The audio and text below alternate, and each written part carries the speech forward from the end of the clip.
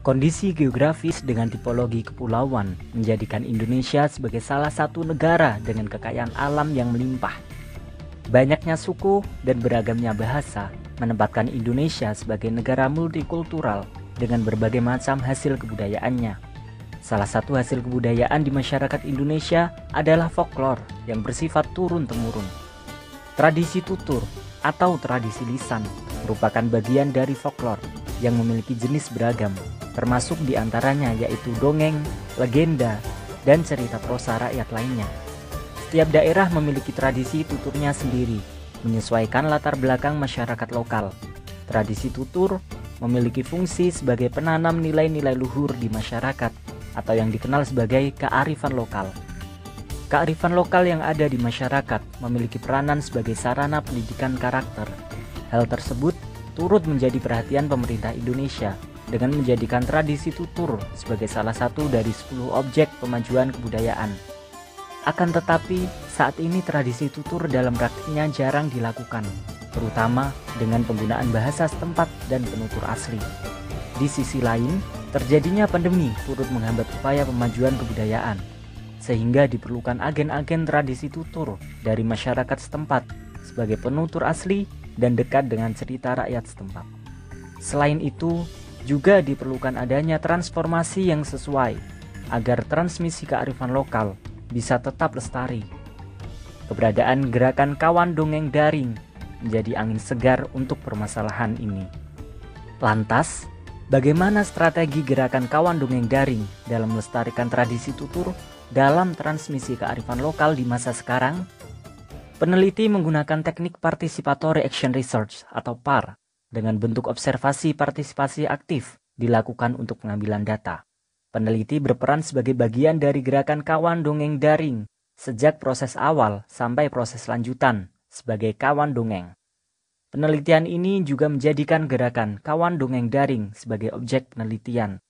Selain itu, data diperoleh dari sumber primer lainnya berupa wawancara dengan salah satu pengurus Imagination Indonesia. Penelitian ini juga menggunakan sumber sekunder dari studi pustaka, berupa buku, artikel ilmiah, dan tulisan terkait, serta didukung sumber dari internet. Kawan dongeng daring sebagai modal sosial transmisi kearifan lokal.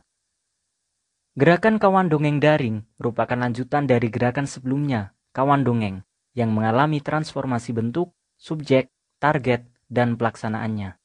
Gerakan ini diinisiasi oleh Imagination Indonesia, Indika Foundation, dan Toleransi.id. Kawan dongeng daring memanfaatkan modal sosial menggunakan prinsip social bonding dan social bridging dengan orientasi ke dalam atau inward looking dan orientasi keluar atau outward looking. Dengan melibatkan 50 penutur yang disebut kawan dongeng sebagai agen tradisi tutur yang menggunakan bahasa daerahnya masing-masing. Terdapat 18 bahasa atau dialek daerah yang terlibat.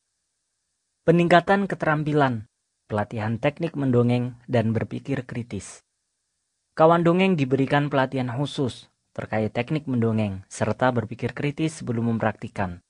Secara umum, terdapat beberapa tahapan, yaitu proses awal, mulai dari pendaftaran sampai pengumuman kawan dongeng. Proses tengah, berupa pelaksanaan kelas. Proses akhir, yaitu produksi konten audio dan publikasi atau pendistribusian konten audio. Serta proses lanjutan, berupa praktik langsung di lingkungan masing-masing. Kelas terdiri atas kelas pembuka atau kelas umum, kelas belajar, dan kelas mentoring intensif.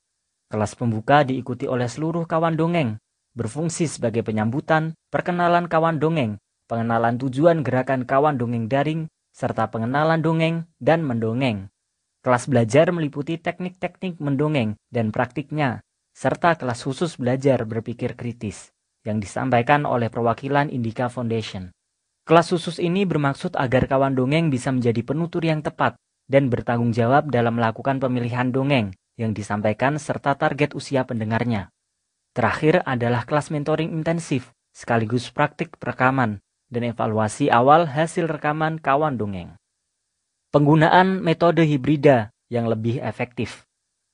Gerakan ini dilakukan dengan memanfaatkan metode gabungan atau hibrida melalui new media dan praktik langsung di lingkungan masing-masing.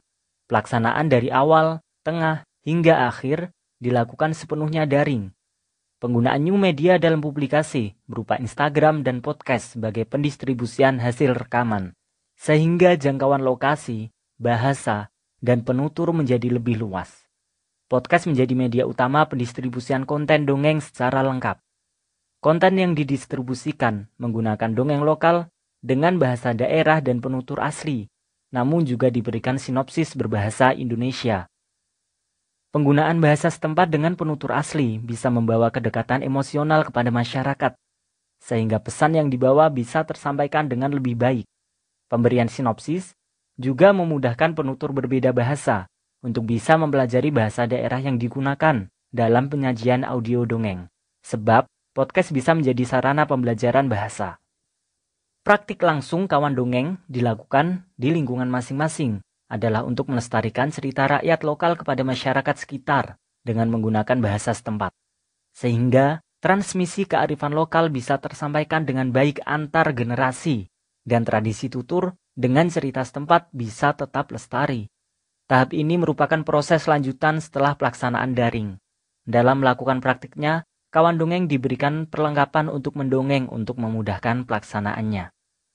Kesimpulannya adalah, gerakan kawan dongeng daring merupakan upaya untuk transmisi kearifan lokal melalui tradisi tutur sekaligus untuk melestarikannya.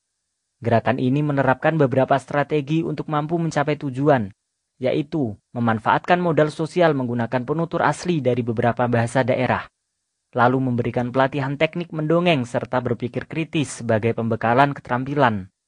Kemudian memanfaatkan metode hibrida menggunakan new media dengan podcast sebagai media utamanya, serta praktik langsung di lingkungan sekitar, sehingga pencapaian tujuan bisa lebih efektif.